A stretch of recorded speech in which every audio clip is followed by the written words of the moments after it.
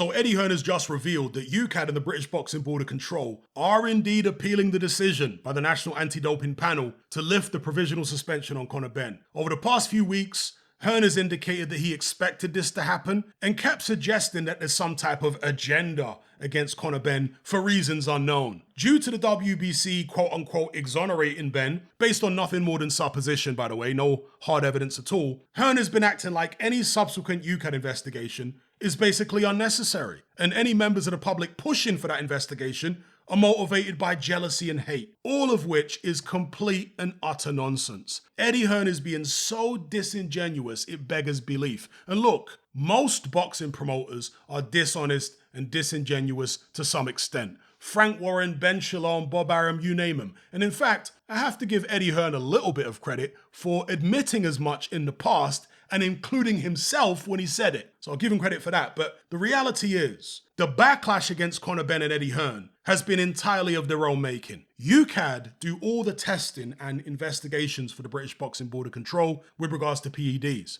When a fighter fails a Ukad test, Ukad have the power to immediately suspend them and launch an investigation. Once that happens, the board then have the power to stop them from fighting under a British license. But in Conor Benn's case, he failed a VADA test, and the board don't have clearly defined protocol within their rules for dealing with VADA results. Therefore, they needed Benn to voluntarily submit the results, along with any other relevant information, to Ukad in order to trigger the normal investigation process. But Conor Benn, of course, refused to do that. He refused to cooperate, which meant that the board had to consult with their lawyers and find some other means within their rules to withdraw sanctioning of the bout. That's why they didn't do it immediately, because they were in uncharted territory. They had to make sure they were on solid legal ground. Eddie Hearn knows all this. But rather than persuade his fighter to immediately submit his evidence to Ukad, which would have been the right thing to do, he instead suggested he might take legal action against the board or do the event under a foreign licensing body in order to force the fight through. The board were just doing their job, but Eddie Hearn and Conor Benn tried to bully them into submission. That's what they did. And when that didn't work, they tried to drag their name through the mud. And yet they've got the audacity to claim that the board have an agenda against them. Both Eddie Hearn and Conor Benn did everything in their power to circumvent a Ukad investigation from day one, such as giving up Benn's British license, then applying for foreign licenses to fight overseas instead. They were belligerent and completely uncooperative right from the very start. Now, Benn did submit his evidence to the WBC, and Eddie Hearn is making out as though the WBC investigation was so thorough that a subsequent Ukad investigation is completely unnecessary. I mean, are you having a laugh? The WBC do not practice strict liability.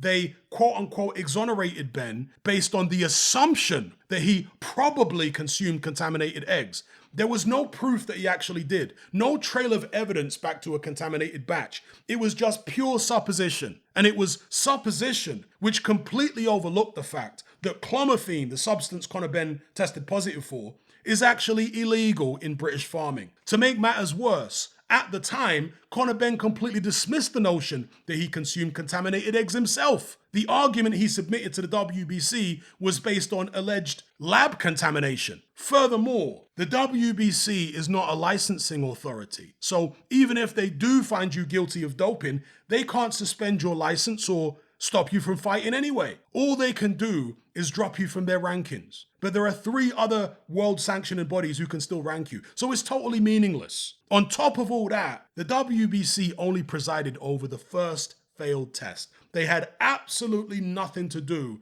with the second test, which means they can't exonerate him for it. Eddie Hearn knows this, but he tries to pull the wool over people's eyes by inferring that both tests were presided over by the WBC. They weren't. After several months of trying to go around the houses and explore countless other options, Conor Benn belatedly submitted his evidence to Ukad, something he should have done right at the very start. Ukad suspended him, but the suspension was lifted a few weeks later on the authority of the National Anti-Doping Panel, who Ukad are apparently subservient to. In a recent TalkSport interview, Simon Jordan asked Eddie Hearn whether the suspension had been lifted due to Benn's evidence passing the test of strict liability or whether it was based on a technicality over jurisdiction. Conor Benn doesn't have a UK license, therefore the idea is Ukad have no authority to ban him. But Eddie Hearn refused to answer the question, which tells me that it was indeed a technicality over jurisdiction.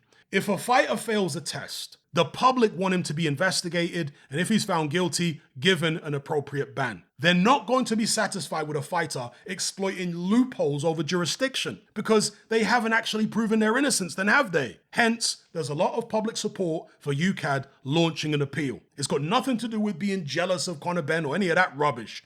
Most British boxing fans were supporters of his prior to this whole debacle. The public just want a clean sport. That's all it's about. That's all it's ever been about.